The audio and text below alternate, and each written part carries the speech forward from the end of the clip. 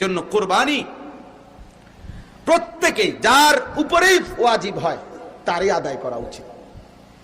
3 ছেলে বিদেশ থাকে অথবা 3 ছেলে উপার্জন করে, বাড়িতে বাপ মা আছে, এই মনে করেন 5 জন মানুষের একসাথে সংসার, দেখা গেল কি করে 3 ফুতে মিল্লা 2 ফুতে মিলে 30,000 40,000 50,000 টাকা দিছে, দিয়া আব্বা মার নামে কোরবানি দিয়ে দিছে অথবা বাপের নামে কোরবানি দিছে। হ্যাঁ, এরপরে জিজ্ঞাসা করলে বলবে হ্যাঁ হুজুর আমরা বাড়িতে কোরবানি হয়েছে আমরা বাড়িতে, অথচ এই 3 ছেলে তাদের কাছে সামর্থ্য পরিমাণ নেশাব পরিমাণ 52.5 বড়ি রূপার দাম সম পরিমাণ টাকা।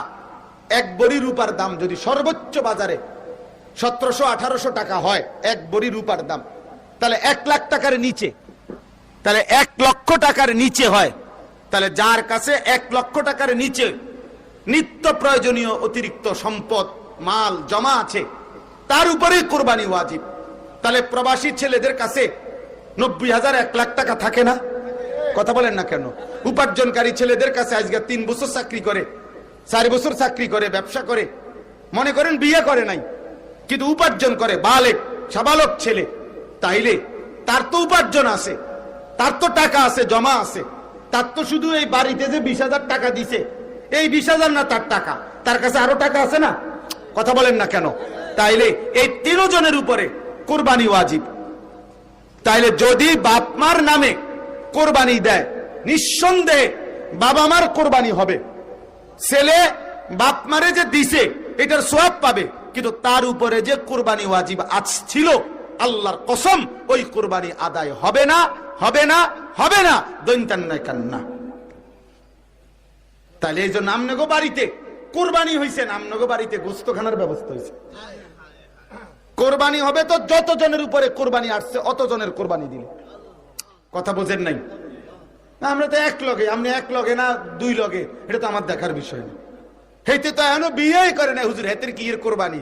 কোরবানি বিবাহ করতে হইলে কোরবানি করা বা কোরবানির সাথে বিবাহের কি সম্পর্ক?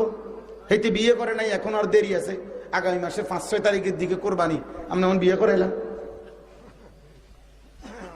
কথা বলেন না কেন? আচ্ছা, মহিলার কাছে স্বর্ণ আছে 1 বড়ি 1.5 বড়ি, কথার কথা 5,000 টাকা আছে, 10,000 টাকা আছে জমা অতিরিক্ত, অতিরিক্ত বেডিতে টেয়া অতিরিক্তই, এ বুড়ি কি বাজার করে নাকি টাকা দিয়া? এই ঈদের 3 দিন মানে যেই 3 দিন কোরবানির দিন এবং তার পরের 2 দিন, কয় দিন হলো? এই 3 দিনে যদি কোনো মহিলার কাছে স্বর্ণ অলংকার এবং কিছু জমা টাকা থাকে 5,000 10,000, এই 2টা মিলাইয়া যদি 52.5 বড়ি রূপার দামের সমপরিমাণ দাম হয়, তো 52.5 বড়ি রূপার দাম তো আমি ধরলাম 1700 টাকা, ধরলেও 1 লাখ টাকা হয় না, তাহলে 90,000 80-90,000 টাকা হিসাব করলেই বের হয়ে যাবে। আর এই হিসাব করে দাও, 1700 টাকা ধরে দাও, হিসাব করে দাও, সর্বোচ্চ 1750 টাকা শুনছি, 1750 ধরে 52.5 বড়ির দাম কত আসে কও? 88,400 টাকা সর্বোচ্চ দাম দেখছি আমি, হাই রেট, গ্রাম অঞ্চলে আরো কম, সর্বোচ্চ তাহলে 88,400 টাকা। তো মহিলার স্বর্ণ এবং ওই টাকাটা মিলাইয়া যদি এই পরিমাণ টাকা হয়, দাম হয় আর কি, দুটোটা মিলাইলে, তাহলে এখন নিঃসন্দেহে কসম আল্লাহ এই মহিলার উপরে কোরবানি ওয়াজিব। তাহলে এখন 1 বড়ি স্বর্ণের দাম কত? তো খবর আসেনি কোনো? 1 বড়ি স্বর্ণের দামই দিয়ে 1 লাখ টাকার উপরে, তো আর লগের 5,000 মিলাইলে 10,000 মিলাইলে 1 বড়ি স্বর্ণের দাম 1,50,000, আর যদি আলগা 10,000, তে এই 1,60,000 টাকা 88,000 টাকার কম না বেশি? তো মহিলার উপরে কোরবানি ওয়াজিব কিনা? কথা বলেন না কেন? কথাও কয় না, কইলেন যদি শূন্যালয় বাইতে, তাহলে কি পরিমাণ মহিলার উপরে কোরবানি ওয়াজিব ভেবে দেখেন। হ্যাঁ বলেন না, বেডিতে শুনাইতো নাই, যদি জিজ্ঞাসাও করে তার বেডি বেশি কথা বুঝো, বেডি রুডি না মানাইবা, রুডি বেডির জন্য হলো রুডি আর গোস্ত। তুমি তেন বুঝতা না, যে আমি তো বুঝি না, তুমি কি বুঝবা? শুধু ফেতরা মহিলার কপালে জোটে শুধু ওই ফেতরাটা, বুঝলেন না? যেহেতু 110 টাকা 100 টাকা, এইটা একেবারে মসজিদের বারান্দার বাহির থেকে রমজান মাসের প্রথম শুক্রবারে একেবারে চিল্লাইয়া জিগা, হুজুর ফেতরা কত, মাইকে কইয়া দিয়েন। আরে সুবহানাল্লাহ, এত বড় দানশীল, ওটা ফেতরা দিব? খামখেয়ালি মনে করেন 6 জন মানুষের ফেতরা 600 টাকা। হ্যাঁ 600 টাকা একেবারে মাইকিং করে দিলে 600 টাকা, আর মাইক না মাইলে তো মাইক গলাই নিব 600 টাকা। তাইলে ফিতরার বেলায় অনেকেই কিছুটা এইটা দেয় 100-150 টাকার কারণে, কিন্তু যাকাত দেয় না, কোরবানি দেয় না, হজ করায় না। অথচ হজ ফরজ ইবাদত, কোরবানি ওয়াজিব ইবাদত, যাকাত ফরজ ইবাদত। কোন মুমিন ফরজ ওয়াজিব সুন্নতে মুআক্কাদা ছাড়তে পারে না। আল্লাহর নবী সাল্লাল্লাহু আলাইহি সাল্লাম বলেন, সামর্থ্য থাকার পরেও যে কোরবানি করলো না, নবীজি বলেন সে যেন আমাদের নামাজে না আসে। ফালা ইয়াকরাবান্না মুসাল্লানা, হয় যেন নামাজে না আসে। তুই নামাজে আসিস না, তুই আমাদের মুমিনের সাথে চলিস না বেটা। এই জন্য আরো বিস্তারিত মাসালা বোঝা দরকার। আমি রাত হয়েছে দেখে এক কথায় বললাম আর কি। অনেক প্রবাসী ছেলের উপরে আপনি বাবার নামে কোরবানি হোক, কোনো অসুবিধা নাই, কিন্তু তার কোরবানি হইতে হবে। বুঝেন নাই আমার কথাটা? দুজনের বাপু দুজনের কোরবানি হবে। গরু ছোট হোক, দুজনের খাসি দেওয়া হোক। একজনের নামে গরুতে শরিক দিলেন, আরেকজনের লাগে একটা খাসি কোরবানি দিলেন, অসুবিধাটা কি? কিন্তু হুকুম তো আদায় করি। এটা তো শুধু গোশত খানা না, এটা কি ইবাদত। কোরবানি গোশত খাওয়া না ইবাদত। কোরআনে আল্লাহ বলছে, ওয়ায়াযকুরুসমাল্লাহ ফি আইয়ামিম মা'লুমাত আলা মা রাযাকাহুম মিন বাহিমাতিল আনআম। আল্লাহ বলেন কোরবানির নির্ধারিত দিনে যে চতুষ্পদ প্রাণীগুলো জবাই হয়, ওই সময় যে আমি আল্লাহর নাম আল্লাহু আকবার আমার বান্দারা একসাথে বলে, আল্লাহ বলেন ওই আমার নাম জিন্দা করা, আমার নাম বুলন্দ করা, এই উদ্দেশ্যেই আমি আল্লাহ কোরবানির বিধান দিয়ে থাকি। তাহলে আমি গোশতের জন্য না, আমি আল্লাহ গোশতের জন্য না, আমার নাম বুলন্দ হোক, আমার বান্দার কলিজার মধ্যে আমার ভয় আসুক, আমি সেটা চাই। ওয়ালাকিন ইয়ানালুহুত তাকওয়া মিনকুম।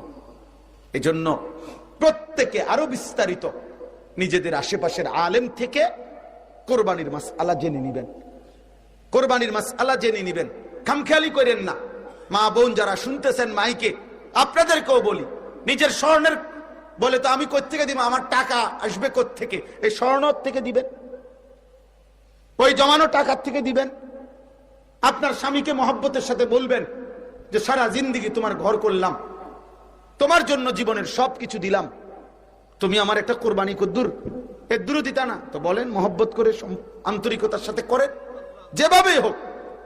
যে নারীর উপরে, হ্যাঁ কোন নারীর কাছে যদি স্বর্ণ এবং জমা টাকা নাই, মনে করেন শুধু স্বর্ণ আছে 1 ভরি 2 ভরি 3 ভরি, কিন্তু আর কিছু নাই, মানে আর রূপাও নাই আর টাকাও নাই, তাইলে শুধু স্বর্ণ যদি থাকে 7.5 ভরি হইতে হবে। বুঝছেন নি কথাটা? কিন্তু স্বর্ণের সাথে যদি কি থাকে, কিছু টাকা জমা থাকে, কিছু রূপা থাকে, তাহলে দুইটা মিলাইলে 52.5 ভরি রূপার দাম। ওই যে বললাম সর্বোচ্চ 88,400 টাকা হিসাব দেখাইলো। এই পরিমাণ হলেই কোরবানি দিতে হবে। এই জন্য আমার কাছে একটা বুদ্ধি আছে, যদি কোনো মহিলা কোরবানি দিতে না চায়, অথচ টাকাও আছে স্বর্ণও আছে, তাহলে কোরবানির আগের দিন আমাদের মাদ্রাসায় এই টাকাটা যদি দান করে দেয়, তাইলে আর কোরবানি দেওয়া লাগবে না। একবারে সুন্দর বাচ্চা গেলেন। আমার মাদ্রাসার মধ্যে প্রায় 2,20,00,000 টাকা দিয়ে আমি মাদ্রাসার জন্য 1 একর প্রায় জায়গা, 94.5 শতক জায়গা কিনছি। আমার অনেক টাকা দরকার মাদ্রাসার জন্য, আপনি দিয়ে দিয়েন, তাইলে আপনার উপরে আর কি আসবে না? কোরবানি ওয়াজিব আসবে না। আল্লাহ সবাইকে কবুল করেন। মূল উদ্দেশ্য হইল ফাঁকি দেওয়ার দরকার নেই। ফাতিবু বিহা নাফসান, নবীজি বলছে খুশি খুশি কি করো, করবা। এটাকে মুসিবত মনে না করা, এটা একটা বেজাল মনে না করা, এটা একটা ঝামেলা মনে না করা। 15-20 হাজার টাকার চাইতেও মানুষ ছোটখাটো অনেক অনুষ্ঠানে, ছোটখাটো রোগ বালাইতেও মানুষ এর চাইতে বড় টাকায় খরচ করে ফেলে, করে না বলে? তো আল্লাহ তাআলা আমাদের প্রত্যেককে তৌফিক দান করেন। সর্বশেষ কথা হলো, ইন্নামা ইয়াতাকাব্বালুল্লাহু মিনাল মুত্তাকিন। আল্লাহ তাআলা বলছে, বান্দা মনে রেখো, হাবিলের জবান দিয়ে বলা হয়েছে যে নিশ্চয়ই আল্লাহ তাআলা মুত্তাকি যারা গুনাহ থেকে মুক্ত থাকে, আল্লাহ কেবল তাদের ইবাদত কবুল করে থাকেন। এজন্য ওযু, গোসল, নামাজ, রোজা, হজ, যাকাত, কোরবানি, দান, সাদাকা আমার বাপ সবার জন্য, আমার জন্য, আপনাদের জন্য জরুরি কথা। গুনাহ থেকে মুক্ত থাকতে হবে। গুনাহ মুক্ত জীবন আমাদেরকে গঠন করতেই হবে, নাই তো আখিরাত মিলবে না। কোরআনুল কারীমে আল্লাহ বলছেন, উইদ্দাত লিল মুত্তাকিন, জান্নাত বানানোই হয়েছে মুত্তাকিদের জন্য, মানে গুনাহ থেকে মুক্ত বান্দাদের জন্য। অতএব গুনাহও চলবে, আবার জান্নাতও মিলবে। হবে না বাপ, আমার জন্যও না, আপনাদের জন্যও না। আরিফ আয়ান টিভি, আরিফ আয়ান টিভি, কোরআন সুন্নাহর বাণী প্রচার করার প্রচেষ্টায়